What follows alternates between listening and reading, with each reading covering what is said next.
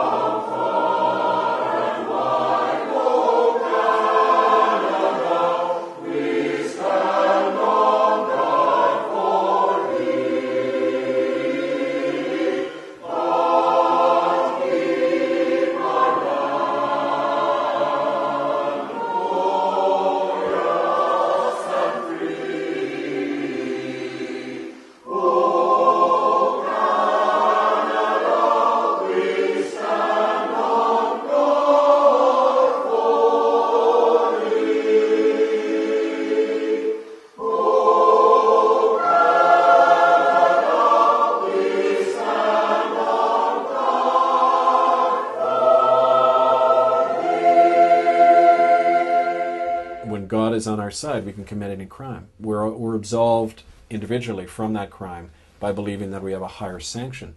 And that's the danger of religion, in that it allows people to do that. It allows them to kill without a shred of conscience.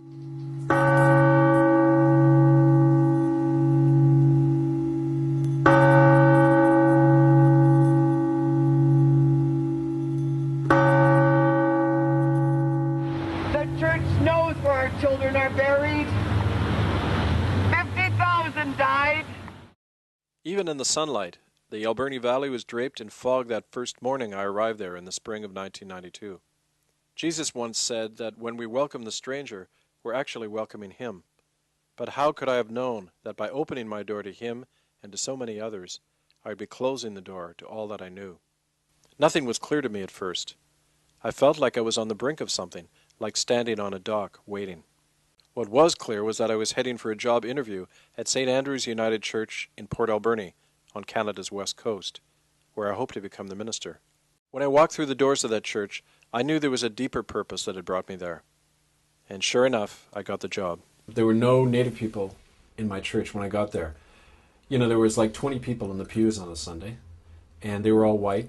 They were like retired loggers and millwrights, and about a third of the population was Native, and there were no Indians in any of the white churches. There were no Indians working in the stores anywhere, you know. It was just a totally apartheid, and it still is. It's very much an apartheid kind of community. And that's actually one of the things that got me interested. Just a little anecdote. When I went up at the end of the first service, I went up to the chair of my board and I said, you know, Fred, it's kind of odd there aren't any Indians around, you know, like, where are they all? And he got really defensive, and he said, well, they keep to themselves, we keep to ourselves, and everybody likes it that way. And so when I went out to I got called out to the local Seychat Reserve to conduct a wedding a few weeks later. I asked a man who I was marrying, Danny Gus his name was. He was a retired native fisherman, and he had gone to the Alberni school. And I asked him kind of innocently why there were no Native people in church, and he finally said to me, they killed my best friend in the residential school. He's buried in the hill out back. And the church people all know it. They don't want us in their church. So it's kind of like right away, bang, it was in my face, this reality, these two worlds. living side by side, not just native and white, but kind of an official world, the official history, and then the unofficial buried history. But Danny Gus wasn't the only Indian who told me of murders in my church's residential school. In my first year as minister at St. Andrews, I spent most of my time just visiting people and getting to know them. That was my job. And my first job was really to open up my church to as many people as possible, including the native population. In doing that, as more and more people came into the church, I gave them a platform. They began to talk about crimes they witnessed in the Alberni Residential School, which was run by the United Church for over 50 years. And they described children being killed. They described pedophile rings where children were being passed around between the Indian agent and the priest and other people like that. Yeah, I had an open pulpit policy, so after my sermon, people could get up and comment on it or share any of their own thoughts in that. And in the native... What did the whites do? Well, the whites would get up, occasionally a logger would get up and defend the logging and that kind of thing. And, people had the chance to say whatever they wanted.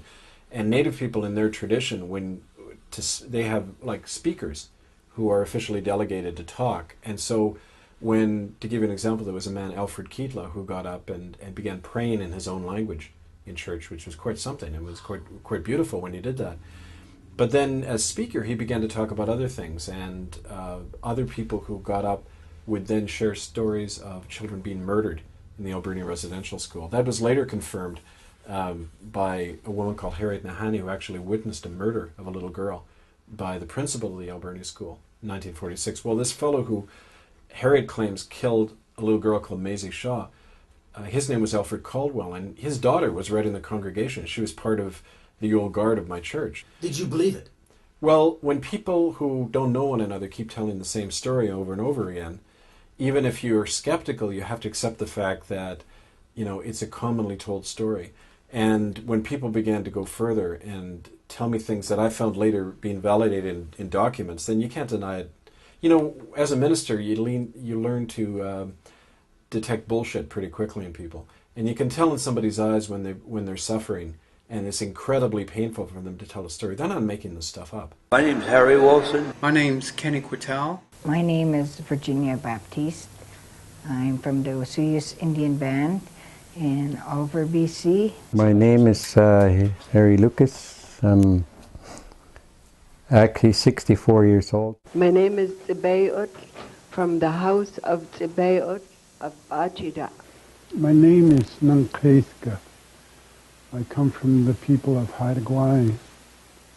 My English name is Douglas Wilson.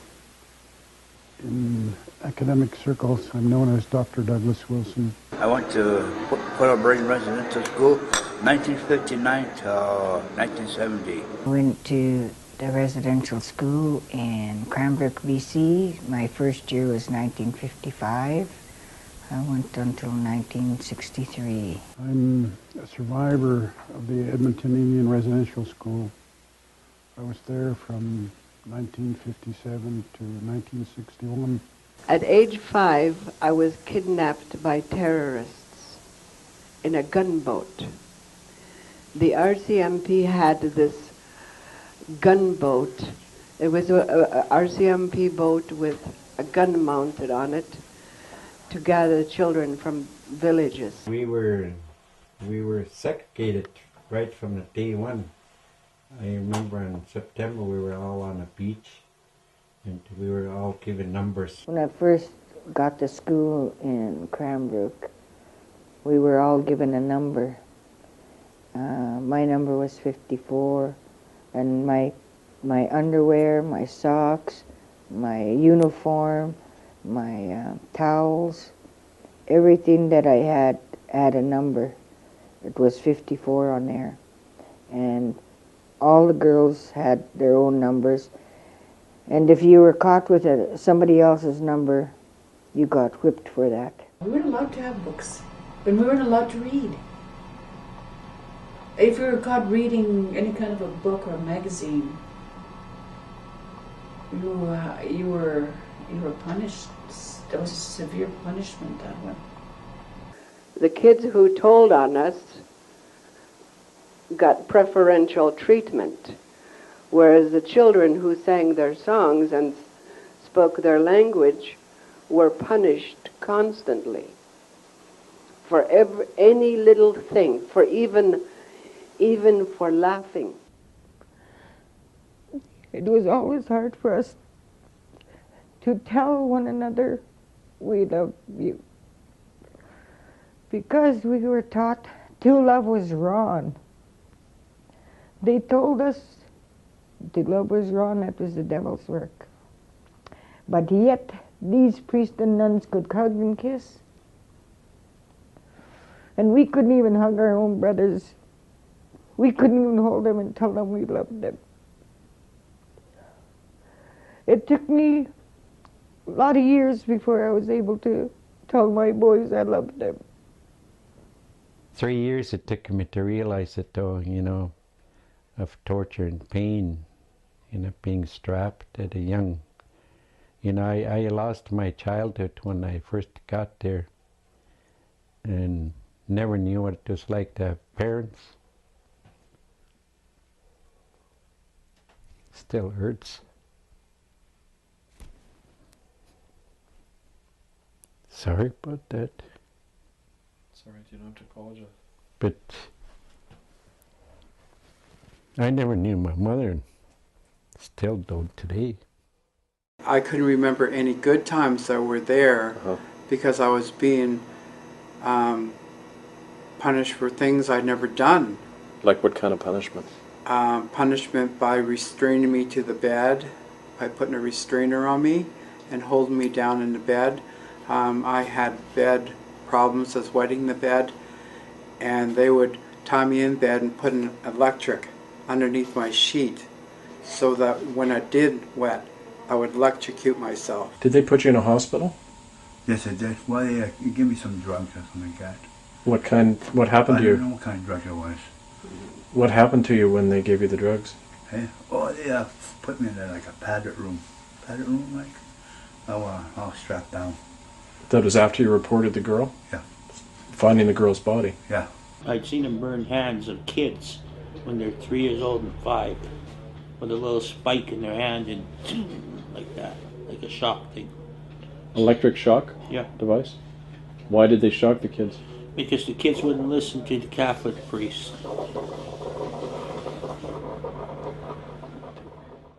He used it on my brother's penis. He electrocuted his penis there till my brother passed out. And he was laughing, brother. My brother said he was laughing while he was doing it. You'd like to see him in pain, I guess. And then the police force, I was involved in a few investigations regarding victims of residential school, where one particular individual had went home in the summer and learned how to speak his own language, and his dad had taught him how to carve. When he went back to school, he continued doing this, speaking his own language and carving. And the teacher caught him and took his knife away and broke his carving up. And he took a pencil and he drove it right through his hand. And you still see the scar where he drove the pencil right through his hand. Then there was other times where they put us in a tub, and then they had a bucket of snakes, you know, them black and yellow snakes. And they'd throw that in the tub while we're having a bath. And the snakes they can't stand that hot water. They try to crawl all over our bodies, trying to get away from that hot water. And they'd all just curl up because they'd die immediately. And that was some of the horrifying things that they'd done to us to discipline us to keep quiet. What had I got myself into? My whole world was being turned upside down. I had a young family to support. My children were still only infants. I couldn't put them at risk, which I would be if I let those stories be spoken from my pulpit. I didn't know what to believe or who to believe. I know I didn't want to believe these stories. Well, when you went home at night with your family, your wife and 2 daughters, did you talk about this? Did they talk? Was this supper material to talk about? No, I couldn't really share this around my kids or really my wife at the time. You know, for one thing, it was told in confidence, and another thing was it was a nightmare. I needed help. I turned to the people who I thought would understand and support me, my colleagues in the church. That was a mistake. From top to bottom, the church denied that any children had been harmed in the residential schools. Not only that, but church officials even threatened me to keep quiet about what I had been told. I was told to just stick to what they called being a good minister and tend to my flock. But that's what I thought I was doing by opening the doors of my church, even to Indians. And that's ultimately what the church found intolerable, that I was bringing that truth, into the pews on Sunday and letting those people who had been silenced for so long speak. And I'm still trying to do that in the work I do. Well, didn't any of the church ministers sit down and sit with you and say, these are the rules and regulations, you're not to mess with the natives, and this is what happens? They weren't that blatant, but they were subtle warnings I got. There was a fellow, Bill Howie, who was head of the church. He was kind of like the regional rep for the United Church on Vancouver Island. And he came over to me after my first Presbytery meeting, which is where all the ministers get together a few times every year. And I made a comment at that meeting about how it was odd to me that there were no Native people in our churches and we should begin to look into the reason why. And Bill Howie came over and he sat down next to me, and with his big flashy smile, he said, you have a very promising career in the United Church and a young family to support. And if I were you, I'd be careful about comments and looking too much into the Native people. So did you get it? No, I mean, to me, that seemed very odd he would say that. And I didn't think, I was filled with illusions then. I thought, well, this is the Church of Christ. I mean, we're not going to stab each other in the back. I mean, I was very ignorant of our own history. There's an establishment within the United Church in Port Alberni that set out to destroy Kevin Annett. And they set out by contacting those members, which I call the cliques in Port Alberni, bring them together and discredit Kevin Annett at all costs. Because what they had to lose was the fear of course, financial retribution from the Aboriginal people, but also they didn't want to hear about murders, and they didn't want to hear about abuses that took place with the Aboriginal people because they felt that they'd had too much to lose. And let's face it, they would. Who would want to go to a church that abused Aboriginal kids, murdered Aboriginal kids? When these stories began to be told, you could see some of the older white people visibly wincing and getting very uptight. And I didn't know at the time what it was about. It wasn't until subsequently that I learned that there was literal skeletons in the closet of the United Church, and they certainly didn't want them to come out. I remember back in 1992 when Kevin first invited us, I got the impression from non-Aboriginal people that attended the service that this was all fine and dandy, but it's really made a lot of them feel uncomfortable, and I got that impression by talking to a lot of them. And in fact, one of the comments made by one of the churchgoers was that they couldn't understand why Kevin was reaching out to us, the Aboriginal people of the Alberni Valley. I understood why Kevin was doing it because there had been an alienation for a number of years, but I didn't know that the anti-Aboriginal congregation that existed there was so adamant that they didn't want anything to do with us. What kind of people didn't they like? Well, definitely not the poor. That one was obvious right off. Well, there is a lot of racial discrimination. Yeah, a lot of racial stuff. They didn't want natives in the church. And as Kevin developed the food bank and developed a dialogue about the murders that took place in residential schools, I suddenly saw firsthand the attacks that started to come towards Kevin. It first started out as whispers, and I remember hearing from people in the Alberni Valley who used to go to the coffee shops that Kevin Annett was opening up a can of worms he shouldn't be opening up, and how dare he. Which is why I was removed so quickly. I was just summarily fired from my job without any cause, without any due process or anything. On January 23rd, 1995, after nearly 3 years as minister of St. Andrew's United Church, Kevin Annett was fired without cause or notice by 2 officials of the United Church, without the knowledge or consent of his congregation. Kevin was told by one of these officials, Art Anderson, that there were no charges against him and that he was not under discipline, but that nevertheless he had to submit to what Anderson called, quote, pastoral retraining and psychiatric evaluation if he was to remain a United Church minister. Anderson provided no evidence to support these requirements. At the time of Kevin's firing, his church was filled to capacity on Sunday mornings, and Kevin had just received a vote of approval for his work and ministry by 90% of his congregation. I had no idea that it would blow up in my life to the extent that it did. I was a total innocent walking into a minefield. I thought, okay, the worst that could come out of this is they'll reprimand me and remove me and send me to another church. That's the worst that can happen. That's what I figured. Was this your own conclusion, or did you arrive at that with your family? No, I just realized that that's how you deal with a minister who can't doesn't fit, as they say, with his congregation, which I know is bullshit because I fit with most people there. But I knew in the power politics of the church, it's always a minority who hold the power. And these people who were the old guard, who were connected with the people who had run the residential school, who were scared shitless of Indians, who had the guilty conscience, those were the ones who had the ear of the higher-ups in the church. And I knew they were going to remove me. But I thought that they would simply, do the whole re-education thing and say, well, you got to go and retrain, and then you can have another church. But I realized pretty quickly when all of this stuff started happening that they wanted me out.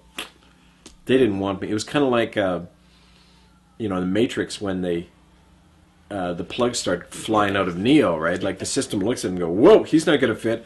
Flush. And they flushed me.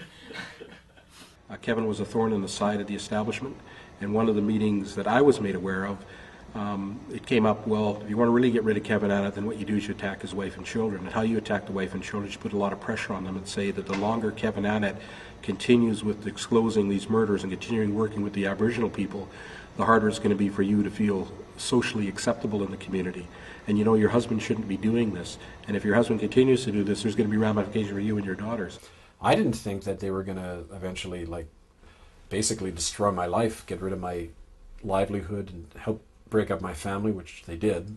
Where did your family? Did you talk this over with your family? Where that was church business? You didn't talk with her? Well, eventually, when with my wife Anne, who my ex-wife now, I began to share a lot of stuff with her, and she was getting really scared about all this stuff. But what happened was, after I was fired, they went to her, and they actually offered to pay for her divorce and help her if she provided them with information. And in fact, subsequently, they gave her documents which tried to make me look like I was mentally unstable, which she used in divorce court, and she got custody of our 2 young daughters as a result. So the fact that the church would do that would actually help in the divorce to get my kids taken away from me. The fact that they would spend $250,000 to throw me out of the church, that was all telling me and other people a lot of stuff. That was telling me that there's a much bigger agenda here. They're scared and they want me out and silenced by any means necessary. So you don't just do that to somebody who has, offended the congregation or who isn't a good minister. You don't go to that extent unless there's some other thing you're trying to hide, and that was clearly about these murdered kids and the stolen land. I witnessed the death of Maisie Shaw. You have as much right to call yourselves Christians as the members of the Inquisition. Where is your apology? Where did you bury the children? But this is where we found those, we've seen those little skulls. You found them in here? We found them in here. There was coal, like coal. See, we weren't allowed to come here. Never at any point when I was pleading with them to stop what they were doing to my family and I, even on that level of just how it impacted me personally, there wasn't a shred of humanity in them. They were like... You were looking machines. in their eyes, nothing there. Nothing. Absolutely nothing. So you know what? When that happened to me, I realized, up until then, like any of us, it's somewhat abstract. People tell you stories and you keep wondering, well, how could they do this? When I saw what they were able to do to me, one of their own, when they turned and shredded my life mercilessly and allowed my 6- and 2-year-old daughter to go through hell, I thought, if they could do that to me, imagine what they could do to a native child who wasn't a Christian, who was dark-skinned, who wasn't part of them. Of course they could kill them. So I watched, and she was standing at the top of the stairs, and he kicked her. She went rolling downstairs. She ended up, she was laying like this. Her eyes were open, but she wasn't moving. She wasn't crying. So I see that all the time. Her name was Maggie. She was 2 years older than me. And she was murdered in there by a nun. She pushed out the window. Second story up, and she died. But nothing was done about it. We weren't allowed to see a lawyer or nothing. They just covered this up. Jenny wouldn't cry out, and then all of a sudden, this blood just spurted all over the place, and it was on her back, and a small part of her back here. It opened up. It opened up wide. And the blood came.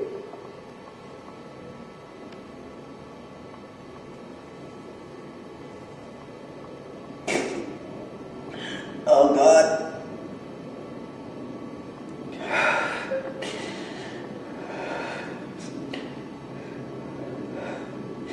That's the last time I ever saw my sister.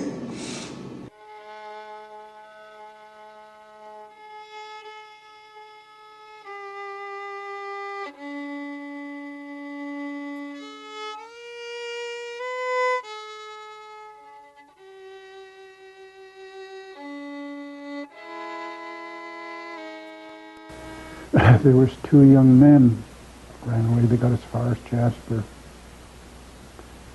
and they froze to death on the highway. And I know the exact spot that they died.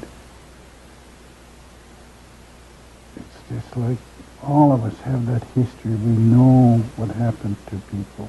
When I allowed a forum for that in my church, lots of stories were told, including a whole hidden history of how the church had been selling off native land to its corporate benefactors, including Macmillan Bloedel, a big logging company at the time. And there were all these little backroom deals going on with stolen native land. And I called the church on that, and they showed me the door. The whole process of your firing was farcical. The church knew there were 1,400 lawsuits coming down the pipe over the residential schools. I'm convinced that your removal was orchestrated from Toronto, from the church head office. I think it's obvious to me that the national office removed you because they knew of the upcoming RCMP investigation and of the land deal after Marion Best got your letter. They were in for a rough fight and didn't want dissent from a Port Alberni pulpit. The sale and speculation of a house at First Nation land on Flores Island, Lot 363 on Canada's west coast, by the United Church of Canada, BC Provincial Government, Macmillan Bloedel and two local businessmen, was brought to light and challenged between 1992 and 1994. The two individuals primarily involved in making these disclosures, Hereditary Ahousaht Chief Earl McKenna George and United Church Minister Reverend Kevin Annett, have now been expelled from the United Church over these same events. In October 1994, I had attended a presbytery gathering. That's where the ministers all get together to talk over church matters. And at that presbytery meeting, the whole issue of how land was taken from the Ahousaht's people was basically covered up and denied by the church. So I took issue with that, and I wrote this letter. Subsequently, I was fired from my pulpit. The letter is dated October 17, 1994, and it's addressed to the members of Comox Nanaimo Presbytery. Dear members of Presbytery, I am writing this in the wake of the brief discussion at the Fall Presbytery Gathering in Gold River concerning the issue of the Ahousaht's land settlement. I am both deeply concerned about the response of Presbytery officials to this issue and the way in which this matter was dealt with at Presbytery. My perspective on this issue arises largely as a result of long and fruitful discussions with the Ahousaht's, including with several tribal elders. The issue seems to be one of violated trust on our part, rather than any legalistic or documentary problem, as Presbytery officials have suggested.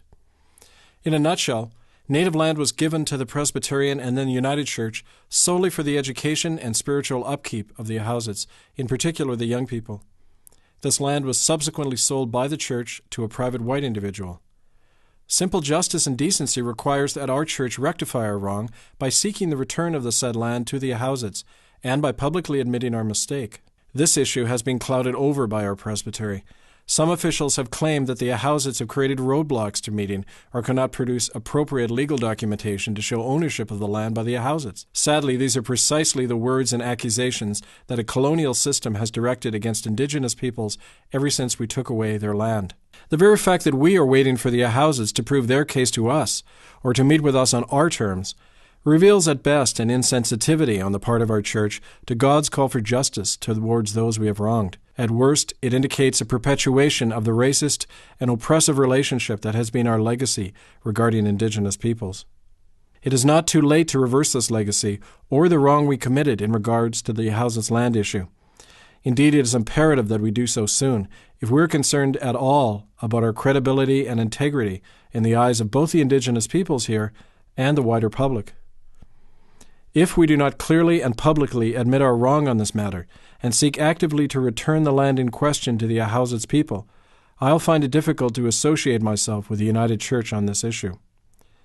I urge Presbytery officials to meet immediately with the Ahousa elders on their terms and come to a mutually agreed resolution to this matter that upholds our paper position of supporting native land claims. Anything short of this will expose a dangerous gap between our words and our actions. Yours in Christ, Reverend Kevin McNamee. The fact that I was fired for pointing out that the church was selling off native land to its corporate buddy, the big logging company, Macmillan Bloedel, the fact that I wrote about that and was turfed so quickly out of the church is proof right there that, you know, the Achilles heel here is the issue of the land. How was it gotten? When you look at the mechanics of how the land was taken, it's out and out murder, mass murder. That's exactly what I feel. There was genocide. The control was taken over when our people started to die through the smallpox, and that was, we believe, was deliberately spread in our community. Smallpox was one of the most communicable diseases in human history and was responsible for the deaths of untold millions of indigenous people around the world, even after a vaccine for this disease was discovered in England in the 18th century. In reality, smallpox was a chief weapon in the deliberate germ warfare waged by European powers against native peoples because of its brutal efficiency. Within 10 days of contracting the disease, the victim was dead. I'm a descendant of Samson PL. Samson PL was the original family that were here. And Samson and his brothers and his sisters were the last left when they came back after fishing and working wherever. They got back, all the family were dead from the smallpox epidemic. And they were floating all around the beach here and somewhere up by the creek over there. And they had to bury them all. There's been a study of a general called Geoffrey Amherst, and Amherst, Nova Scotia is named after him. He was a British general who conducted germ warfare against the Mi'kmaq Indians in Nova Scotia. And in the 1740s, he kept a journal of this. And he was so brazen, he didn't hesitate to record what he was doing in the journal. Again, because they didn't figure they'd ever have to answer to anybody since they were the law. And in it, he describes how they would go into hospitals where their own people had been dying of smallpox. And they took the blankets and he gave it to one of his subordinates, a major, who then took it out among the Mi'kmaq and the other Indians who were allied with the French, like the Huron and the Algonquin-speaking Indians in the eastern part of Canada. They were targeted. In fact, most of the Huron were exterminated by smallpox. So they were openly admitting that they were doing this. And all up and down Vancouver Island, you have stories of the same thing happening, although happening through the missionaries primarily, because they were the first ones into the area. Harriet describes in her village a little place called Claus near Port Renfrew on the west side of Vancouver Island.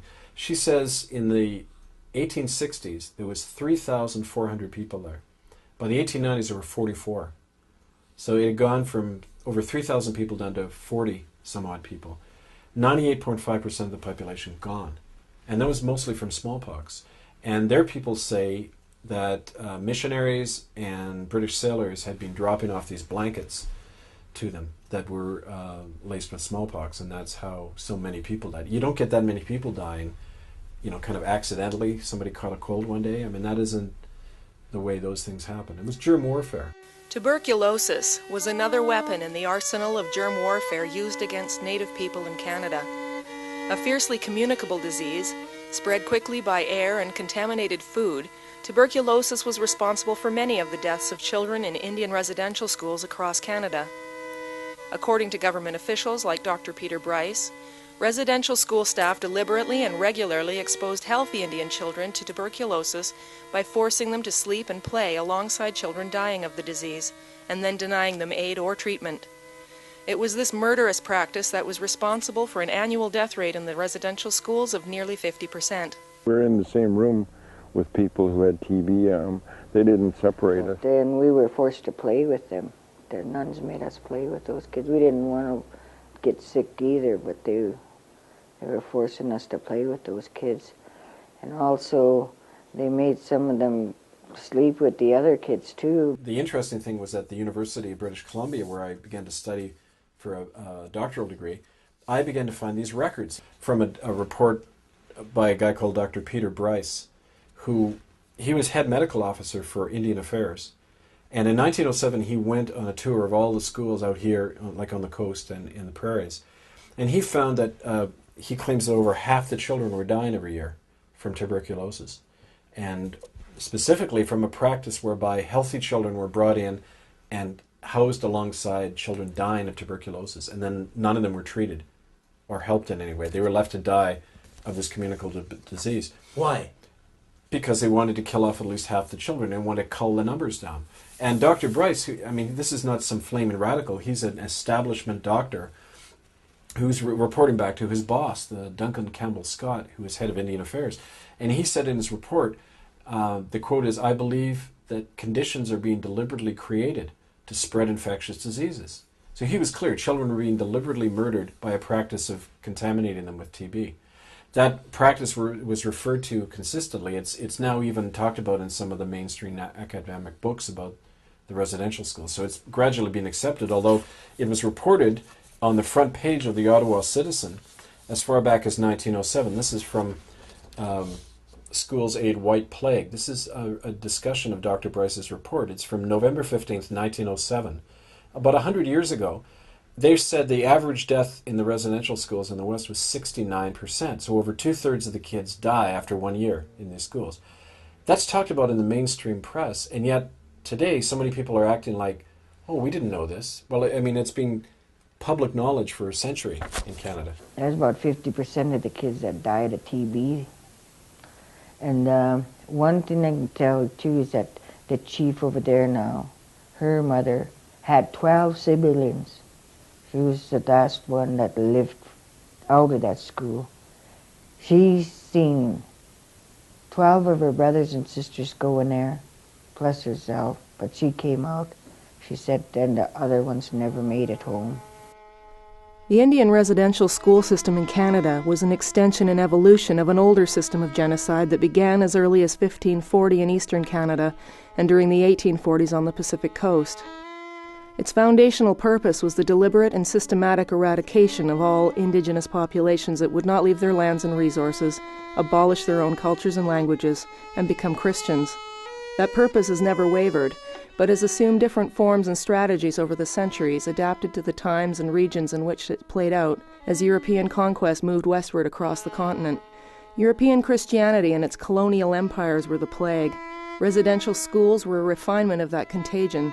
By the time that residential schools were firmly established across Canada, around 1900, the plague itself had exterminated most Aboriginal people, in a genocide whose details are still largely unrecorded and perhaps forgotten. Well, we can look at the evidence of genocide we can look at it and yet our mind not register the fact that it's proof of what we're talking about. This book is used in the university curriculum about residential schools. It has been for almost 10 years. And here's a picture of children with active tuberculosis sores. You see the bandages around their head. And the inscription says they have active, like open tubercular sores, and they're sitting here alongside healthy children. That was the practice described by Dr. Peter Bryce when he said they were being deliberately exposed to diseases. They weren't being quarantined. When you have tuberculosis, you're quarantined. You don't sit with healthy children. This is proof. This is proof of intent to commit genocide, this picture right here. Yet it's in a mainstream text. People look at it, and still to this day they say, there's no proof that we're trying to kill Native people. Well, the proof is right there in that picture.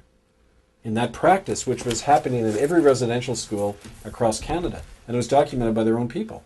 How did the parents and the relatives allow this to happen? The neighbors? Well, did they do anything? They weren't allowed to. One of the documents I found is a thing called the Application for Admission Form. And it's a document that every Native parent had to sign or they'd go to jail. And what it did was it actually surrendered guardianship rights to the principal of the residential school. So what this did is you had to sign away the guardianship power of your own child to the clergyman who ran the residential school. And at that point, that principal of that school then became the legal guardian of the kids. So that explains why these things could happen, how it could happen. Because they were the legal guardian. They could do whatever they wanted to these kids. I remember when I released this to the press in 1997, we were holding a press conference and 2 officials of the United Church snuck into my briefcase and stole these documents. We got that on film, actually. But they were very worried that this stuff was coming out, and because it proved, that they were culpable and liable. And as a result, in 1998, the Supreme Court Justice Hogarth here in BC ruled that the United Church and the government were equally liable 50-50 for what happened in the residential schools. I was angry at my mother for years till I met her. And then she told me she was forced to. It was in the Indian Act. The cops came there and they were going to take us, or she'd go to jail, be fined, or all 3. And that's in the Indian Act too, it is. It's in the Indian Act. The Indian Act of Canada is race-based legislation that legally separates Indigenous people into a separate and inferior class of citizenship under the control of one man, the Federal Minister of Indian Affairs. The Indian Act allows Aboriginal people to be expelled from their homes on reserve lands, arbitrarily jailed, subjected to involuntary medical treatment, and denied the right to elect their own leaders. Under the Indian Act, Native people are legal wards of the Canadian state in perpetuity, having the same status as children or the mentally incompetent. This racist legislation has remained essentially unchanged since it was first enacted in 1876. Its philosophy and regulations were drafted under the guidance of the Roman Catholic and Anglican churches through the Bagot Commission created by the Vatican in 1845. The Government of Canada enacted the recommendations of this commission in 1857 when it passed the Gradual Civilization Act. This legislation forced Indigenous people to surrender their land and identity and denied them any future title to their land, which was now owned entirely by the Crown. That's what genocide is when you look at its definition. It's 2 steps. The fellow who coined the term, Raphael Lemkin, who helped draft the UN Convention on Genocide, he had a simple definition of genocide. Phase 1 is you eliminate the original pattern of a particular targeted group. You wipe out their language, their culture, you take them off their land. And the second phase is imposing the pattern of the domineering group on them. And that's exactly what happened in Canada, like in any colonized area, but it happened primarily through the churches here. This is the grave of Harry Galad, and for me he's the epitome of the problem. You notice his grave has been desecrated. He was an Anglican missionary. He worked for the government as well as the Indian agent, and he also worked for the local timber company. He was like church, state, and company all rolled into one, and he was the man who brought in the local residential schools, who made sure that the children were all imprisoned in the school. He is single-handedly responsible for a lot of the misery around here in the native world. So I'm not surprised that somebody desecrated the grave. This cross is a symbol of all the suffering these people have gone through.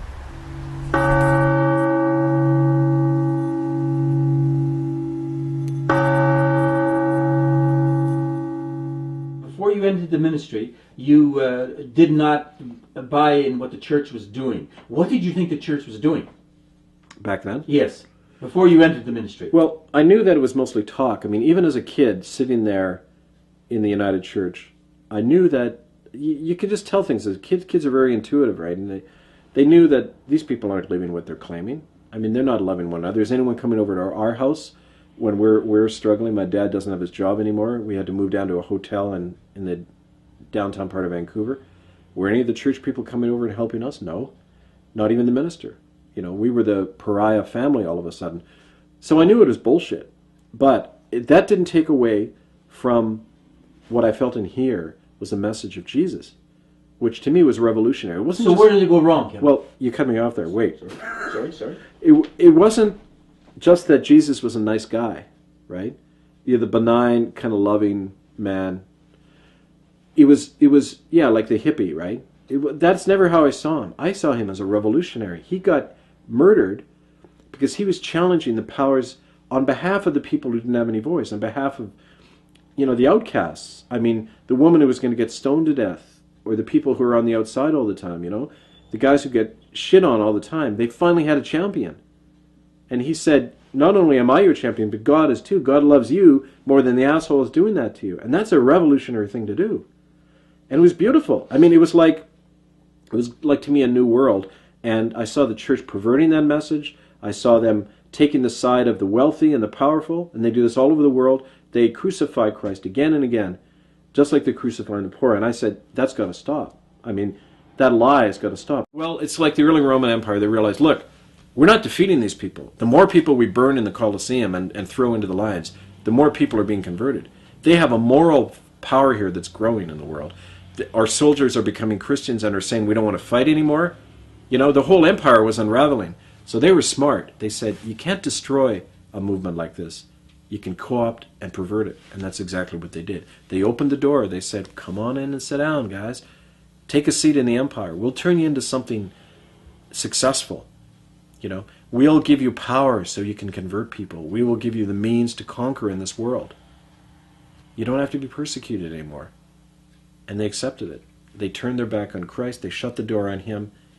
And they became the church. They became Christendom, and they got blood all over their hands as a result. But he's still outside the door there. And I was trying to open the door.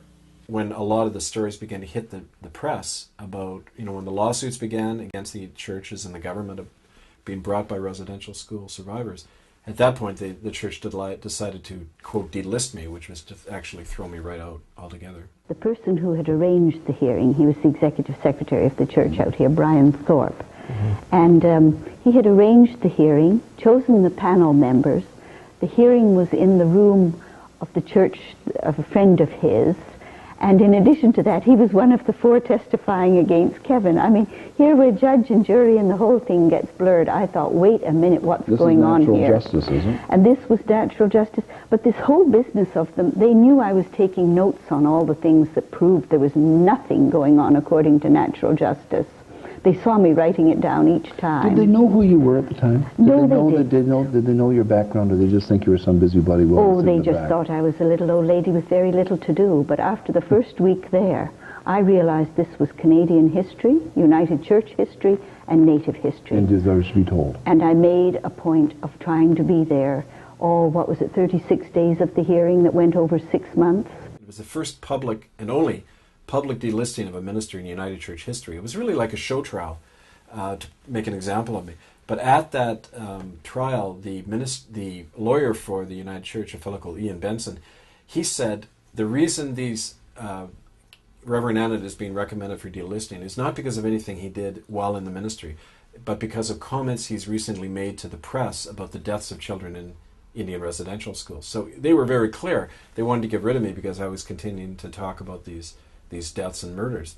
So in the period after I was fired from my job in Port Alberni, my wife and family and I had to move back to Vancouver where I could seek out retraining of some kind. I enrolled at the University of British Columbia. And basically at that point the attitude of the church was to put me on ice and try to ignore me. And it wasn't until February 1996 that they suddenly revived their demand that I be expelled from the church altogether. And interestingly enough, they did that 2 days after it was publicly announced that the first lawsuits would begin against the United Church and the federal government brought by survivors of the Alberni residential school. A lot of these plaintiffs that were suing the United Church had been in my congregation. I had been working with them, providing them information. Obviously the church wanted at that point to just expel me from the church altogether. The purpose of the hearing was a total railroading and a processing to get somebody who had far too much information for his own good out of there. He'd stepped on big toes. He'd stepped on moneyed toes. And the whole thing was to get Kevin Annett out of there. So sure enough, that same year in 1996, the United Church decides to go ahead and defrock me as a minister. I think the antiseptic term they used was delist. And in so doing, they spent over $250,000 tossing me out of the church. Something I found pretty repugnant because that previous year, the church had told me that they couldn't come up with about $1,000 a month to feed the over 300 hungry families that we're providing food for through our Loaves and Fishes food bank in Port Alberni. And yet here's suddenly $250,000 to get rid of one whistleblower. Also, the 2 men who had originally arranged my firing from Port Alberni John Jessamine, the lawyer for the United Church, and Brian Thorpe, the chief executive officer in BC for the church. These are the two guys who are not only responsible for my appeal, but for setting up the panel that's going to decide whether I'm going to remain a minister or not. So the whole thing from start to finish was a complete travesty of justice. It was terrible. At moments, I really wondered if I were in Guatemala or Mexico, rather than this quiet, late summer afternoon in this church in downtown Vancouver. I couldn't believe the things I was hearing. The whole thing, I mean, I just remember, for example, that Kevin Annett had a great number of unsolicited letters of commendation for his work and his ministry. And he had always made his ministry a tough ministry, a challenging ministry. And I think that all these letters had come in, and not one of them was allowed to be read. I believe Mr. Jessamine said, people here can read for themselves, these letters don't need to be read. But isn't it interesting that at the end of that hearing, Mr. Jessamine didn't have the same philosophy at all? Because when they solicited letters against Kevin Annett, and we know this from a person who phoned in from Manitoba, when they solicited these letters, all of those were read and put on the record. You know, for centuries, people have had three basic rights under common law. Those are, the first is the right to no charges being brought against you. The second, the right to face your accusers. And the third, the right to a trial before your own peers. Now, all three of those rights, called natural law, were totally denied me by that proceeding that threw me out of the United Church altogether as a minister. To give you an example of that, I was never told what the charges were against me. They repeatedly said, there are no charges against you. I asked to face my accusers. I said, who are the people who brought these concerns to you about my ministry? They refused to tell me who they were.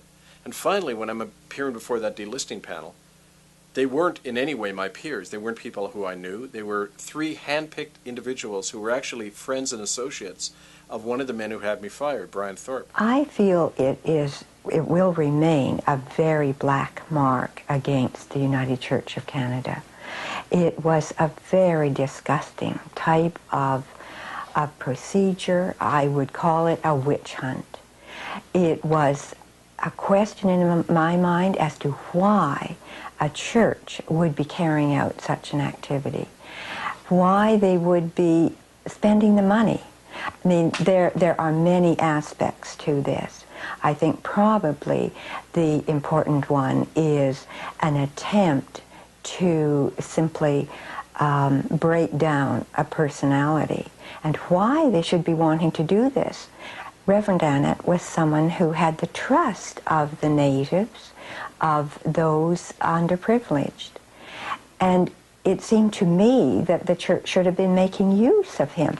Finally, one of the most absurd things is, right at the very beginning of the proceedings, we asked the panel, what are the grounds for defrocking a minister in the United Church? We have to know that in order to mount some kind of defense, to show that in fact I am a credible minister.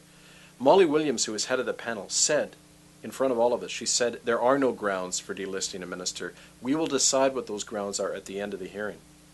So by doing that, there was no way I could mount a defense, because I didn't even know what the terms of the whole hearing were. I mainly took down notes of things where events in that hearing did not conform to the laws of natural justice. In the first place, there was no charge. There never was a charge through the whole hearing. Now, the church people have lied about it since and said there was a charge. There absolutely wasn't. If they want to look at the church records, there was no charge. They kept saying there is no charge. We only want to see if Reverend Annett is suitable for ministry or not. The charges never even got made up. The first I saw of them was late March with a letter that came out in the Courier where suddenly I saw charges listed against Kevin Annett. I mean, this is the kind of nonsense that went on, but very dangerous and very hurtful nonsense. The people who I counted on as who would stand by me, they all ran for the hills. I mean, people in the churches, it was kind of like, I call it the leper complex. They know to stay, give you a wide berth, because if they get close to you, it might happen to them too. So I was pretty much ostracized. And speaking of South African apartheid, it's like being a banned person. You know, in South Africa, when you were banned, you couldn't meet with more than two people. Your name couldn't be mentioned in the press, etc. That's basically the situation I'm in. The media won't cover my stuff. There's all this story out there about how Kevin Annett is crazy and trying to bring down the church and blah, blah, blah.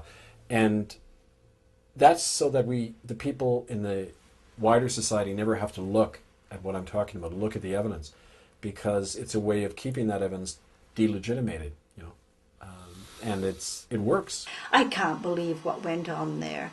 And, I think that Jack Bell said it all. He just couldn't stand to watch it. It was obvious that you had stepped on some pretty big toes and that you were going to be slaughtered for it.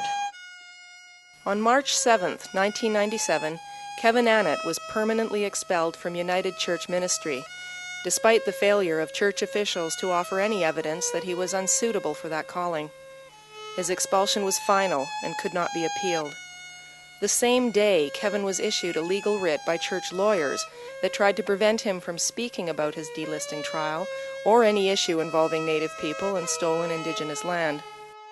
Kevin ignored this gag order and continued to speak out publicly about his firing without cause and expulsion without due process from the church responsible for the deaths of so many innocent children.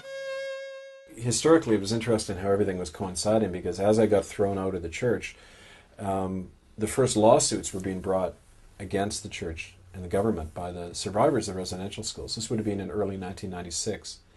And right at the same time, kind of like the attitude was, well, you got tossed out of the church, you must have done something right, kind of from the point of view of Native people. And they began to, the trust level went way up because I wasn't part of that institution anymore. And I was being invited down to these healing circles in the downtown east side of Vancouver to listen to people's stories. And then eventually they began to ask me to record them for them. And that's when I began to seriously document a lot of these stories that went... Up until that point, you had not documented anything that was said at the Well, church? I hadn't systematically gone about it. I had, written down notes and that people had shared with me, but it was clear from the things they were sharing that this went far beyond the physical and sexual abuses that are talked about in the press. Well, they're not talked much anymore about, but for a while they were. People were describing children being sterilized, being murdered, being used in medical experiments, being deliberately exposed to tuberculosis and then left to die. They realized, and I realized with them, that all we were doing is sitting around hearing everybody's sad stories, and it wasn't going anywhere. The people were not recovering from this.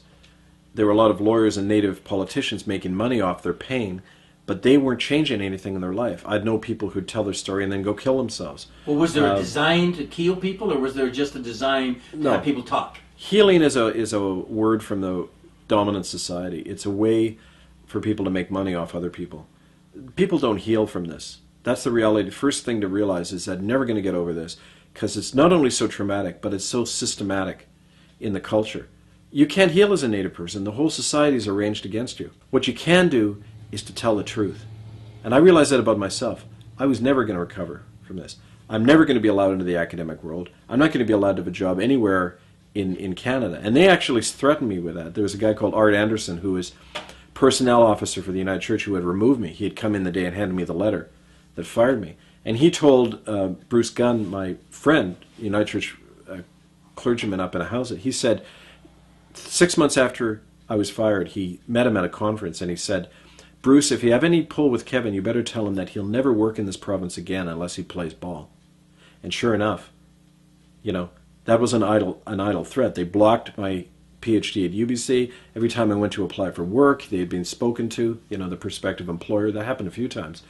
There was a systematic campaign. So I knew that, like with the Native people, I was never going to get over this. But what I could do, just like them, I could tell the truth. And that was our power, just telling the truth. And that's what we began to do. Okay, we got to do more than just talk about our pain. We got to ask the bigger question, why did it happen and who did it? And why did they do it, right? So we said the way to do this is to hold a big inquiry. And we started inviting Aboriginal groups from around the world and this United Nations group, IRAM, to come in. And that's what happened in the summer of 1998 in Vancouver. I organized a lot of the survivors to come and give testimony at this. And at that tribunal, anything you could ever imagine that went on in a Nazi death camp was described. There was a group of people from the Cooper Island Catholic school who described being part of a medical experiment in 1939 when German-speaking doctors were injecting them in their chests with these chemicals that was killing them. I'm 100% sure that we're used as guinea pigs in these local hospitals for some unknown reason. We're lugged off the hospital, I can remember that. And I know it wasn't for dentistry. I know I wasn't sick. I read Kevin Annette's document starting about 6 months ago, and it helped me understand how come my memory was so vague. In reading parts of it, they talked about shock treatment. In my last year there, the spring of 1961, I was taken from the school to Charles Camsell Indian Hospital, and from Charles Camsell Indian Hospital to Ponoka Mental Institute. I don't know if I was there a week or 2 weeks, but I have vague memories of it, but the memory that flashed back for me is laying on this table and stuff in my head, and then these flashing lights just continually. They had put needles in my head and had hooked them up electrically and would zap me. At that time, my arms were put in a chair and locked in so I couldn't move. And my head was put on a brace in the back so I could not, I was like this, I couldn't move. And I can't tell you how long they had done it. All I remember is that I still, to this day, I still get a, you know, like my brain will still have that kind of a kick from it, right? Right. And they had done a lot of bad things by putting medications in the food while I was in the dark room, bringing the food in, and you had to eat it, and if you didn't eat it, then if you threw it up into a bag, they'd put it on a plate again and make you eat it. I also went to the tribunal that was held, and although I've been with Amnesty since 1961, I had to walk out of that tribunal as the sobbing went on around me, and the gulping for air, and the crying of the natives as they told their stories. And I couldn't imagine, you know, Canadian men, policemen, fathers and grandfathers going in and taking children out of the arms of native parents and putting them on a gunboat and taking them to these schools like Port Alberni. That all came out at that tribunal. I thought, my goodness, how could they take little 5- and 6-year-olds? And as a grandparent myself with a little 5-year-old, how dependent he is on family. How could they take those children to these schools where at best they were treated with indifference, but as we know, so much worse went on there. We've had Chief Harry Nice, we've had Chief Joe Gosnell, we've had Chief Ernie Craig sitting in this room with tears in their eyes describing it to me themselves on television. I mean, it happened. We know it happened, and it happened in our lifetime, right? It's not 150 years ago. Was there proof, though? Like Nazis... Scars. They showed me the scars, and they also... Anything written down? Any doctors write down that they went through it? I did find documents in the Indian Affairs Archives describing these doctors, and how what was interesting was the order that was running the school, a Catholic order called the Montforts. As soon as some children escaped from these experiments, they went to the local, their families. The local police refused to return the children to the school because of these horror stories they were hearing. The next day, all the Montfort brothers resigned. They were just taken right out of there. And the Oblates come in to replace them. So there was something very odd going on, and a number of the children died, and I found the death records and everything. So there was that kind of stuff going on. Well, did the tribunal ask for proof, written proof? Or did they accept the oral proof? Well, they had both. They had the oral proof, and they also had the corroborating proof that this stuff was going on. They also subpoenaed the government and the churches and the RCMP to come and answer questions, because ultimately they're the ones with the evidence, the documentation of this. And every single one of them, from Jean Chrétien right on down, they just refused to come. They never answered or anything. But other things were described, the sterilization hospitals. Women showed up who described being sterilized simply because they were Indians and wouldn't go to church. I couldn't have any more children after Dr. Darby got to me. He made an announcement in our village that anyone who wasn't in church on Sunday had to report to him for a special procedure. I never went to his United Church since they did so much harm. But Darby was missionary, so his word was law. So the Mounties came and got me and brought me to Darby. He gave me a shot. Next thing I knew, I was in bed, all bruised and hurting. I was missing all my gold teeth. Something didn't feel right inside me. I never could conceive after that. Later, another doctor told me I'd been sterilized. George Darby, he did that to hundreds of our women.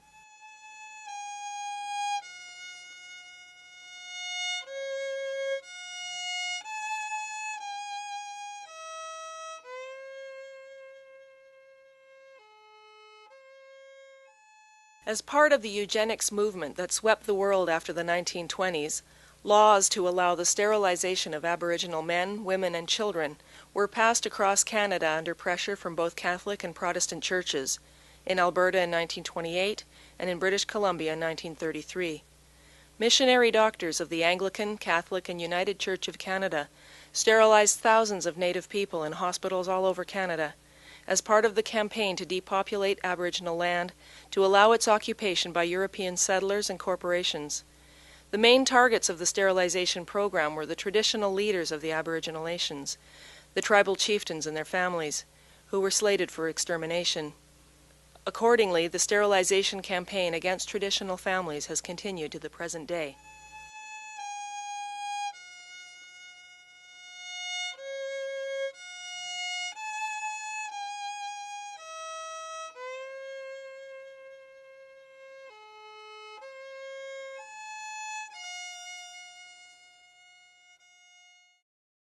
Dr. James Goodbrand sterilized many of our women. In 1952, when he heard I was going to marry a traditional chief, Goodbrand kept saying to me, "If you marry Freddie, I'll have to do an operation on you." That scared me, and I tried to see another doctor, but the Indian agent wouldn't let me. So when I gave birth to my daughter, it was Goodbrand who delivered her. After the birth, I hurt really bad and I kept bleeding. Then I learned that my tubes had been tied. He must have done it to me after the delivery when I was still unconscious. I heard Goodbrand say he was getting paid $300 by the government for every Indian woman he sterilized. Are there any white people that gave testimony as to this happening? There was a couple of staff members from the Alberta School who gave testimony, Caucasian staff members, and they confirmed everything and more than what the people were saying. So what was the results? What did the tribunal do? Well, the result of the tribunal was they sent a report to the United Nations to Mary Robinson, was High Commissioner for Human Rights in Geneva at the UN office there. And they sent a report to her. I sent 14 hours of videotape plus all of the documentation and affidavits and everything to her office. We never heard a thing. Never got back to us. And a couple of years later, I learned that it was because of pressure that Canada brought to bear at the UN to keep this issue under the wraps, basically.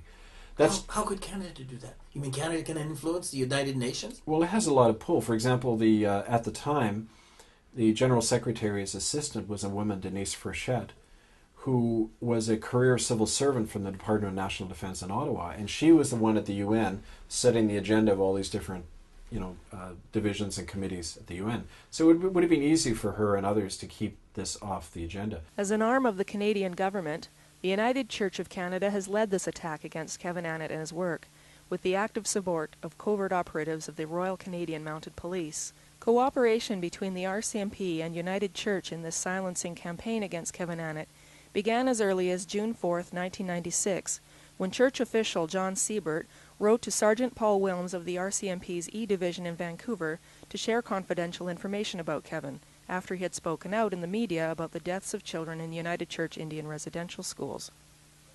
That same month, Sergeant Wilms used this information to confront and threaten Kevin if he did not stop making public allegations of murders in residential schools. When Kevin refused to stop investigating residential school crimes, this joint harassment campaign against him by the United Church and the RCMP intensified.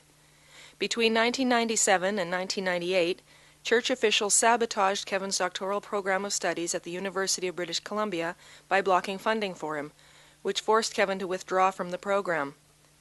One of Kevin's professors admits having been spoken to by RCMP officers about what they called the dangerous nature of Kevin's research into United Church residential schools. Yet by far the most serious attacks on Kevin Annett and his supporters came in the wake of the historic tribunal into residential schools that Kevin organized in June of 1998 in Vancouver. His success in bringing United Nations observers to this event to hear residential school survivors' testimonies caused the government to directly subvert and destroy Kevin's work. naturally it was sabotaged. And when you get big enough, it's kind of like being a germ in a system. You get big enough and the antibodies attack you, and that's what happened. It was clear from the tribunal that a lot of crimes that had never been heard about were finally out there publicly. People talked about sterilizations for the first time, the medical experiments that they were doing on kids at the Catholic and United Church hospitals and the residential schools on the West Coast. That was all talked about. We sent it off to the United Nations, and in retaliation, a lot of shit came down on the people who did it. I mean, Harry Nahanni, who was the person who identified, that the little girl had been killed, murdered at the residential school, United Church, when she was a witness to it. The RCMP broke into her house without a warrant 2 weeks after the tribunal. The RCMP tactical squad ransacked the house at gunpoint, held everybody at gunpoint, and just ransacked the house. People were threatened. They were thrown out of their jobs on the reserve after they'd given testimonies. I started getting followed around by these two guys who physically attacked me on 2 occasions. This was all within a month or two of the tribunal. So the heat began to come down. And I knew it is because things that were shared at the tribunal weren't just about the past.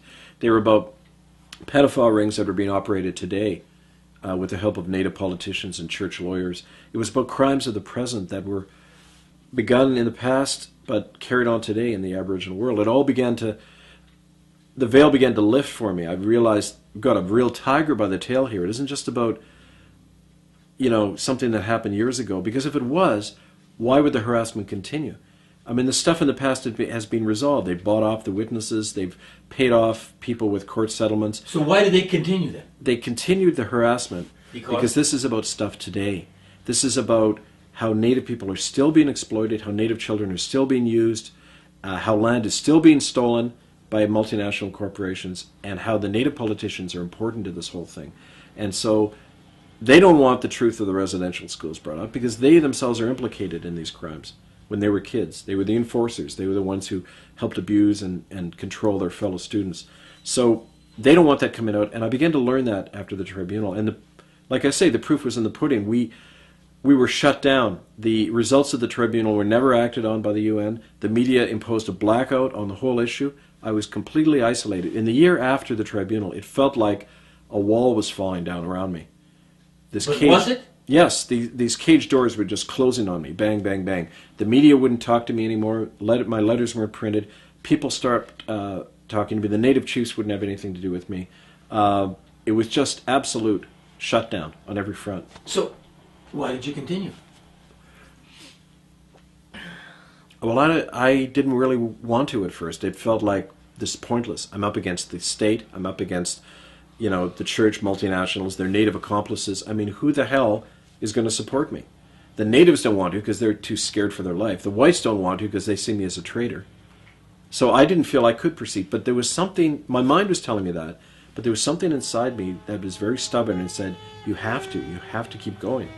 In the years following the Residential Schools Tribunal, Kevin Annett persisted in his efforts to document and make public the evidence of mass murder and ethnic cleansing in Canada. Abandoned, penniless, and attacked from all sides, Kevin nevertheless continued to speak out publicly on the hidden history of mass murder in Canada, and kept on documenting all that he had been told and had discovered about crimes against Native people.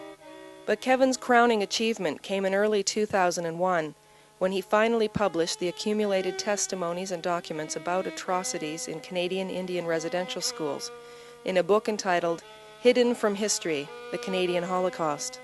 A dozen separate publishers refused to produce the book, so Kevin printed it himself and circulated more than 1,000 copies to libraries, governments, human rights groups, and Aboriginal people around the world. But most of the books ended up in the hands of the people for whom Kevin had labored so long, the residential school survivors themselves. In the fall of 2005, Kevin completed the much-expanded second edition of Hidden from History, and for the first time asked the deeper question of why legal genocide had happened in his country. What had given rise to this plague in the first place, and why is it continuing? Kevin, you've remarked to me that the tides are changing, that things slowly are becoming made known. Yes, they are. It is very slow. Remember, it was 10 years ago that hearing took place. But I do believe that the changes that have come about are because of the price you have paid. A terrible price of what you have paid. I think his work has been serving a really valuable purpose by bringing, first and foremostly, these issues to light. And I know Kevin's had to endure a lot of suffering and a lot of loss, particularly in his work, his livelihood, his being defrocked and losing his congregation, and subsequent attacks by the church, police positions and powers of authority, and a lot of the native people that Kevin has worked with in the past as well have suffered attacks, people having their automobiles tampered with, putting their lives in jeopardy,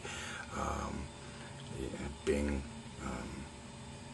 attacked and under constant surveillance by hostile occupational forces such as the RCMP. Let's fire Kevin Annett. If he doesn't have a job, he doesn't do the work he does in the community, and that's exactly what happened. And as anyone knows who was involved at that time, we tried desperately to convince the United Church not to fire Kevin Annett because he was doing a lot of good work. But of course our pleas fell on deaf ears because those people didn't live in the community, they didn't witness the good work Kevin did, and the end result is their legacy of corruption continues. Church officials have repeatedly silenced journalists and prevented publications from reporting the facts of both crimes in Indian residential schools and Kevin Annett's expulsion from the church.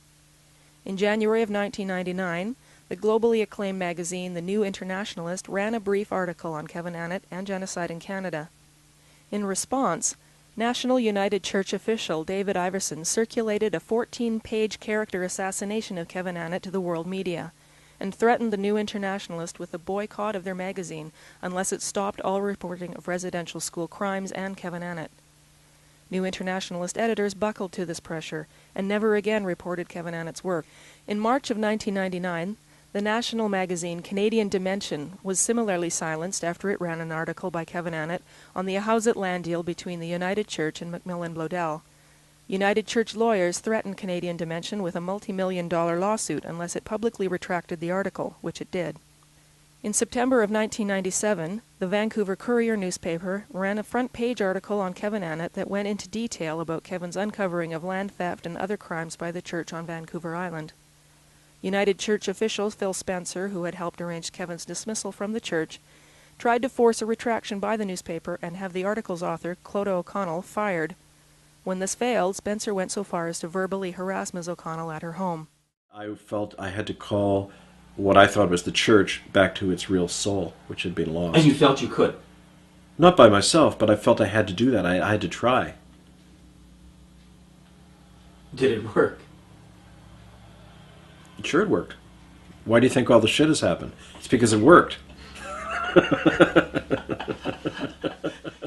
After, losing my wife and kids and trying to re-educate, trying to get a PhD and then having that blocked, being unable to support myself, having to save my dimes and nickels every week to have enough money to go on the bus to see my kids for 2 hours, having to eat off plates in the university, other people's food so I wouldn't have to buy dinner so I'd have enough bus fare to see my kids. That made me feel like I was on the bottom and that there was no one around to help me.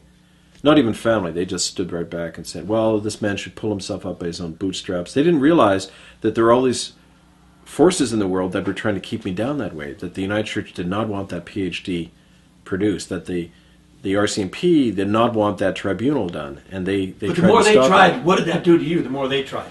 I got angry at them. I said, why? What the hell right do they have to do that to me? What the hell have I done wrong? Nothing. I said... Did you lose your faith in No, the here's the wrong I did. The wrong I did was I expected the church to live by its principles. That was my wrong. What were its principles? It claimed to be following in the footsteps of Jesus Christ. To seek truth. They have this great statement in the United Church to walk humbly and seek justice, in the world. Well, I just expected them to do that. That's what it said on paper. I just asked them to live by their principles when it had to do with land they had stolen from the native people and children that they had hurt and murdered in the residential school. I simply said, do what's right. And I was told time and again that it was wrong for me to have done that. You knew that it happened before. You were well read. Yeah. You realized that the last 200 years, 2,000 years, that happened. Yeah, but I was complicit in it. I was part of the culture that did it, and I was blind to it. You know, raised in that condition of affluence, I had an idea. I remember thinking when I was in my 20s, oh yeah, Native people, yeah, they've been put down. I had kind of a vague idea that they were on the outs and they had been attacked and murdered en masse and all that, but it didn't enter my life at all. I mean, it didn't really. The only contact I'd ever had with Native people was when I was 15. We went up to a village in northern BC on an exchange, and we lived for 10 days among Aboriginal kids up there, and then they came down into our community and hung out with us. But what I saw just blew my mind in that little community of Hazelton in northern BC. Just unbelievable. I didn't think people lived like that in Canada. You know? Lived worse than you did. Well, I mean, yeah, even the poorest white person, they didn't come anywhere near the experience of what was going on in that village. Kids running around, I mean, not just literally without clothes and dying from malnutrition, but I mean, you know, there'd be like, there was a little 6-year-old girl whose dad had gone after with an axe. You know, she was carrying a mark around on her head because her dad had whacked at her while she was drunk. And that was just accepted. Like, I mean, oh yeah, well, it wasn't considered there was anything wrong with that. And I thought, well, these people, I think I was scared by that, you know, and so when I got older, I thought, well, Native people are kind of an oddity. I don't really want to understand them too much. I mean, that was all going on to me. But then I realized I had to. The more I began to work with them, I had to understand. And what did you come to understand? Well, it didn't come right away. It came over time. What came?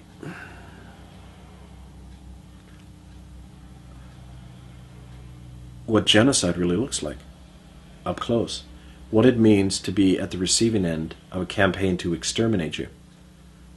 What it means to be the survivors of mass murder. You go around with, you feel like you're going to die at any moment. You're going to be tortured at any moment again. So all you have to do is hide. You got to hide. You could identify with that? Oh yeah.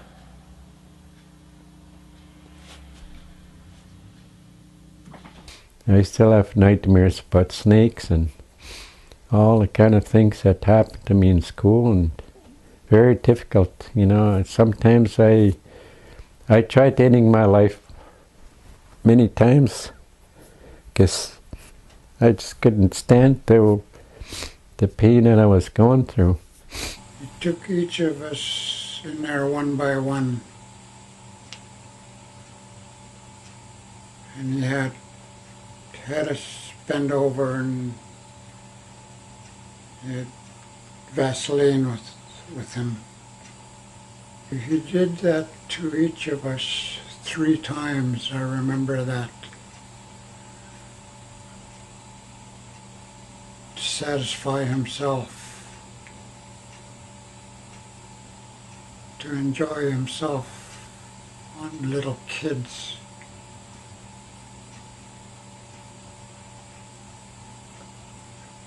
I forgot how old I was, either 6, 7, or 8,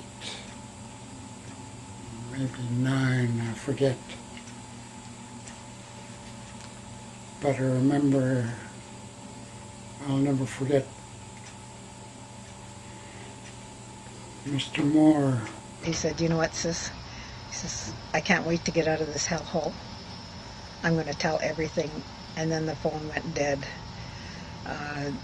People at Cooper Island always listened to our phone calls and censored our letters back, you know, coming in and going out. So I was afraid for him, but I didn't think it was going to be as bad as it was. It turned out as bad as it was. 2 days later, we got a phone call saying that he hung himself. He committed suicide. But I'd never, ever believed in my heart that he'd ever do that. They had them walk through the gym while Richard was still hanging and told them that it could happen to them. My brother died because of a cattle prod, of a shock of the cattle prod. when he was 4 years old. They dragged him by the hair and they cut his skin right off his head. The pastors did that with a whip, like a horse whip. It was sharp, with these little blades on it. And when I was in there, I heard him scream for help. And right away, there was a lot of blood on the floor. And they wouldn't take him to a hospital or the nurse or nothing. What happened then? When I was in there, I heard him still scream for help. Rick, help! They're torturing me. I'm gonna die. So he died right away, like that.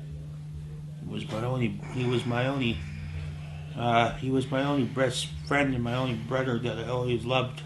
What would be the final solution for you? What would relieve your mind or give you Well, you know, when you're dealing with a crime this huge, there isn't any solution ultimately, because it's not as if something like this can be healed. It's like when you look at genocide being perpetrated on one group of people, it never stays confined to that one group. It always blows back on the people perpetrating it. And I often think about that when I look at, you know, what we're doing to the land and the environment. I mean, we destroyed people who had been living in harmony with the land for thousands, tens of thousands of years. And that can't help but affect us and the way that we live. But I think that something this huge, you can't just give an apology and a bit of money. It's an insult to people who have been sterilized and seen their friends murdered to think that that's going to solve anything.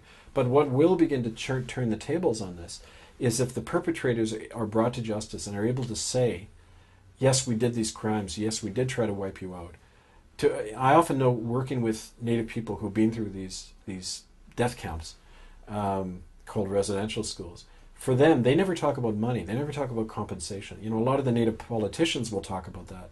But the people on the ground, they keep saying over and over, I just want to face the people who did this to me. I want to tell them what I think about them, and I want them to admit what they did to me in front of the world. Yeah, I think if they did that, I would forgive them if they would just admit what they did to us is genocide. And the government has never ever came up and acknowledged their mistake of a residential school. And to me that is totally wrong. And the churches are hiding behind the laws of man-made laws and not admitting their wrongs regarding residential school. And I feel that's cowardly. They're thinking they figured they could get away with it? Oh yeah, of course Why they could get away with it. with it? Because they were the law. The church and the government were and still are the law. Churches are exempt from prosecution for these things, clearly. For almost 10 years, the knowledge of these things have been out in the press. The courts have refused to prosecute the churches over these crimes. Time and again, judges have said this issue of genocide is not going to be addressed in this court. They restricted it to issues like, well, the children suffered a loss in education, or you know, they were hit sometimes, but they've refused systematically to address the issue of murder and genocide. We know that in just the residential schools, the official death rate given by the government themselves was 50%. And if they took they claim 100,000 children went through the schools, but that's conservative, because they would often grab children in whole areas, not just the 7-year-olds and up, which they had to do under the law, but 3-, 4-, 5-year-old kids were common in the residential schools. So if you double their number, you're probably talking 250,000 children went through the residential schools. Half of them who died, 100,000 children alone just in the residential schools. When you look at the whole history of the Indian reserves, and it's got to be in the millions. If they want evidence, as a 7-year-old child, I witnessed myself the burial of a child, and I didn't know what was happening at that time. I was with another student, and I asked him, I said, what's happening here? I see them digging a hole in the orchard, and they said they're burying another one. In '65, there's a bunch of us kids playing soccer in the back field. There was a brush of leaves and grass piled up, and there was a body underneath it. One of the kids kicked the ball, and he went to get it. It was quite decomposed. Went to Waterbury in 1960, and I found a dead body 1967 in between Ross Hall and Colwell Hall. Native girl, she was about 16, and I I told Jay Andrews, and Jay Andrews shipped me out of Puerto Bernie, went to Nanaimo, and I believe it was a cover-up. And we need those children returned home. They need to be brought back and given a proper burial. And that's really kind of a most basic first thing that the churches and government need to do. They need to identify where those bodies are. And I remember we used to go dig graves there, and they would be kids that came from Charles Council Indian Hospital. How they died, I don't know. But I know we just dug a lot of graves. There was a lot of Eskimo babies buried in that burial ground, which was behind the principal's house. Just on the other side of the staff garden. There was 4 of us that dug the grave. Myself, my brother Larry, Mel Patsy, and Albert Cardinal. When my mom was younger, her and a friend were instructed to go throw away this thing that was wrapped in a newspaper, and they were told not to look into it, but they didn't listen. They unwrapped it, and it was a fetus. One particular incident was where a nun sexually abused, sexually abused a young boy, and as a result, the nun became pregnant and gave birth to a baby, and after it gave birth to the baby, this was one incident that they killed the baby, and they had the young fella dig a grave for the baby. Another incident was a lady witnessed a nun in Cranbrook where they gave a baby and had her participate in drowning the baby in the bucket of water, you know. And now it's become a cornerstone of some building in Cranbrook. I would say that one of the biggest things that we're asking for right now is that where are those children buried, and how can we get them home? Is there any difference between what happened with Nazi Germany and what's happened over here? The key now is to get a lot of the stories and the documentation out into the mainstream through these kinds of documentaries, and just keeping the international pressure in Canada. I think, for example, organizing an international boycott of Canadian goods, maybe a boycott of the 2010 Olympics, something like that. That's the kind of thing that's going to bring international pressure on Canada. I think that's the only way this stuff is ever going to come out, because the contradiction here is that the very institutions that committed these crimes are still in power. They're all legitimate, they're protected by the law, the government, the churches, the RCMP. These are mainstream institutions, and they're not going to prosecute themselves over this. They're going to have to be brought to some kind of international court of justice. Is there one human that could be responsible for that, could be taken to court? Yeah, any of the the fiduciary officers of these organizations, the Prime Minister of Canada, the heads of the United Church, the Catholic Church, the Anglican Church, the superintendent of the RCMP, they're all just as culpable under the Nuremberg laws. Those precedents that say heads of state are just as liable for the actions of murder as are the soldiers who pull the trigger. Well, it isn't just the people in the residential schools that are liable for this, but these officials in the churches and government, which is probably why they've put so much energy into denying this stuff, smearing and assassinating the character of people like me who are trying to bring out the truth about this, and intimidating Native eyewitnesses, using their own chiefs often to do that. Who's going to listen? Who's going to stand up? Any court case in this country of ours, minimum we need is $80,000 to $800,000 to start a court case. And how many lawyers in this country of ours that's going to stand up and fight for our just rights? There ain't any. And how many Indian lawyers we got have yet seen one to step up to the plate to take the fight all the way?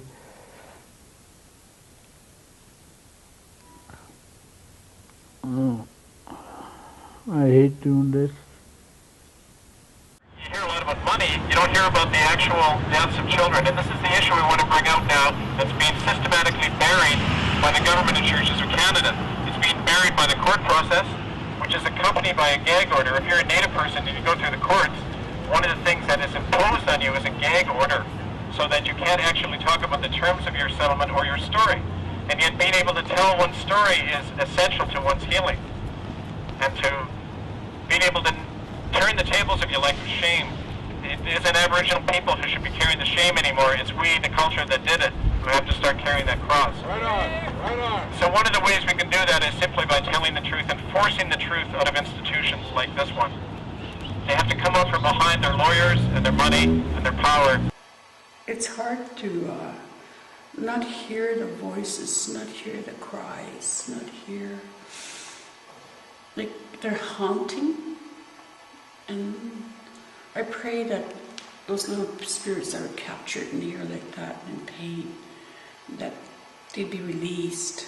I opened that window on purpose, to be released out of here, you know. We've lost thousands upon thousands of children through suicide, not natural death, suicide. We find them every day of the week. We find them down in the city of Vancouver. You know, the city of Vancouver is just a small part of what goes on across Canada and the United States, because we have a lot of our First Nations people dying on the streets of Seattle. Because before the Europeans landed, our people traveled back and forth, and so they had relatives down there. And so we had, like in Vancouver, for instance, you have between 45 to 60,000 Native people living in the city of Vancouver. And you're probably finding pretty close to 90% of them are dying on the streets, you know, of drug abuse, not alcohol, drug abuse. How do I know that? Because I sit on the board down there with the Native Liaison Society that's attached to the Vancouver City Police. And I asked the question one time, how many of our people die, or people die on the streets of Vancouver? I said, whatever you read in the paper, you can multiply that by 10 times. And just I think the year before last, you had 365 deaths, so you could figure that out. And that's a direct impact of residential school. A friend of ours, Sylvia Yellowhorse from Alberta, she died because of alcohol poisoning. She drank so much. So I believe that she was one of the kids that was abused by one of the staff members, or a few of the staff members. Oh, this really hurts.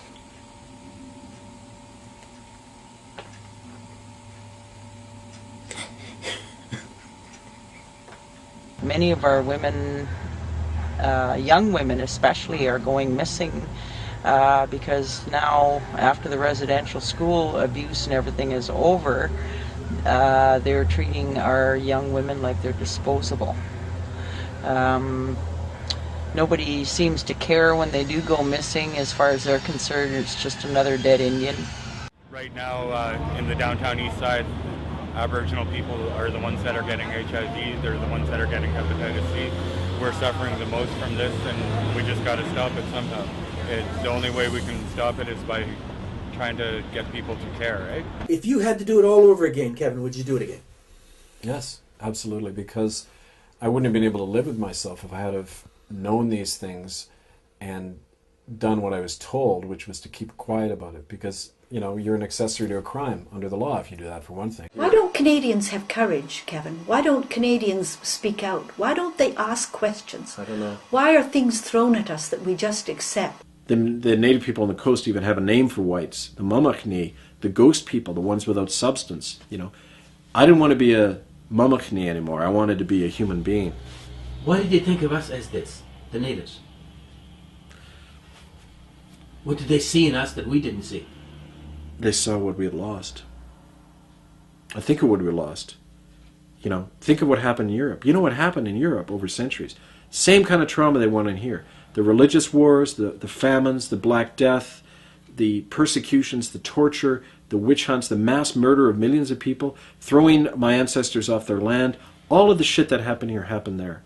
And so we're all trauma victims. You know, those of us who come over here, we not only haven't faced our trauma when we came here, but we had lost something. Look what you've done to the First Nation people. You have killed their kids. You have abused their mind. You have abused their bodies. Physically and spiritually, you have abused this. Not only the land, you have raped the land. You have polluted the land. You have polluted the minds of the Native people, the kids. You've raped the kids. You killed the kids.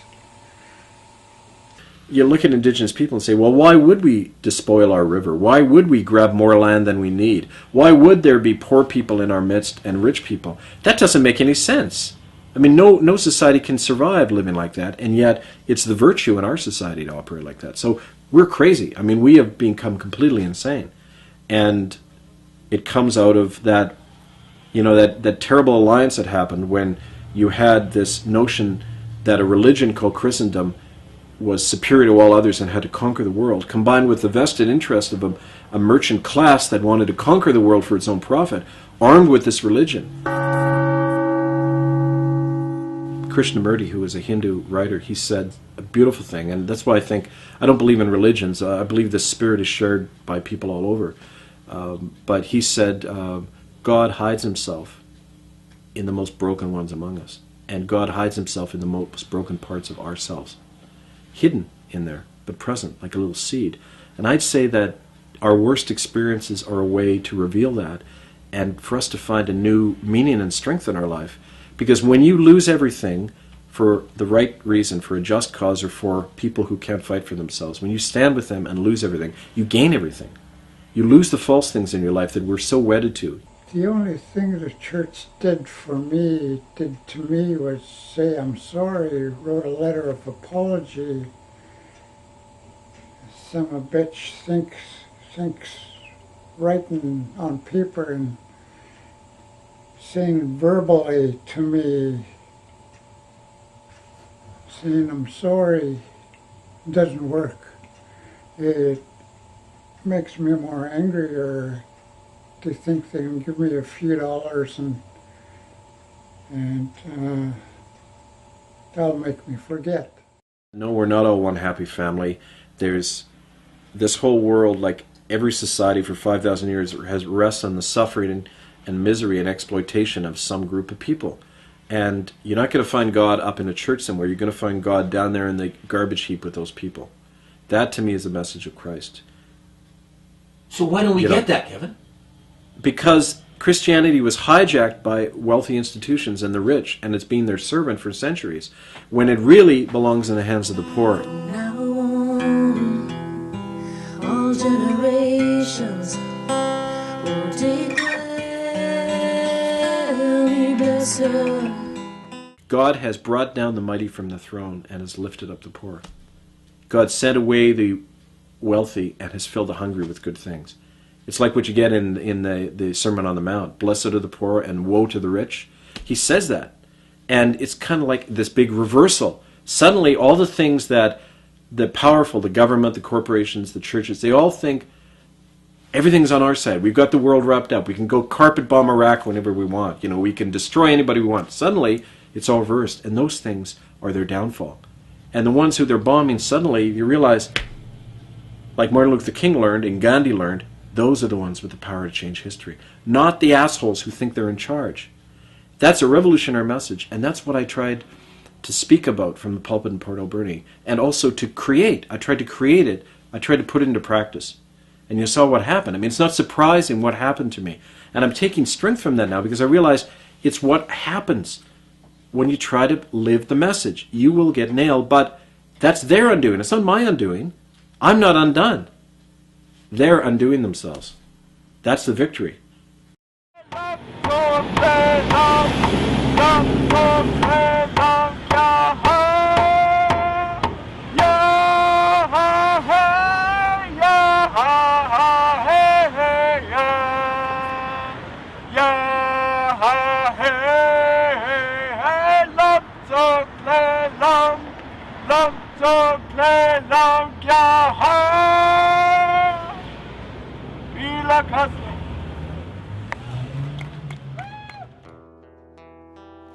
From now on, all generations will declare me blessed, for the mighty one has done the most magnificent things to me. Sacred is this light that shines from within every one of us as we reveal.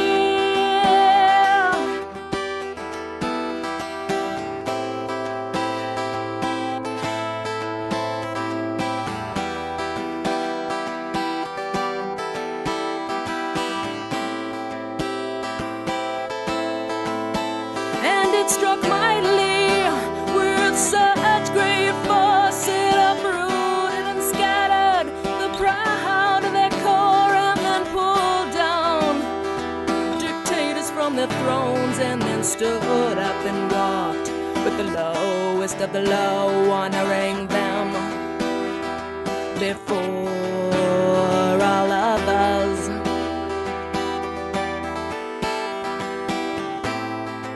I am now diabetic. I'm now on dialysis. I am losing my sight. My legs are giving out on me. And now I've got to realize too that I ain't got much time. I know that. But I want to give my love to my sons for what days I got left, because they got to know that I do love them. Even though I couldn't tell them for years, but I do. I care about them lots. I didn't want to share my past with them, but I finally told them. They cried with me.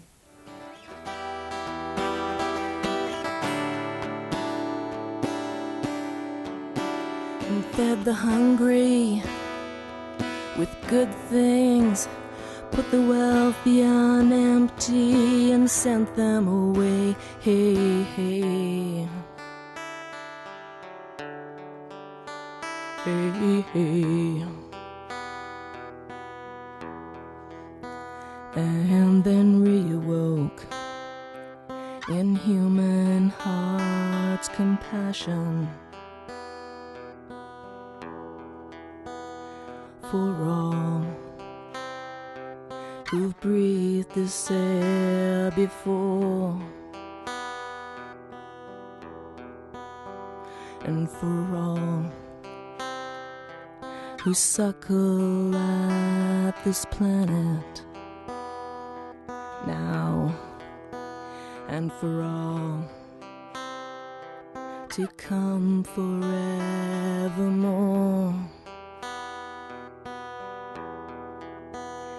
For all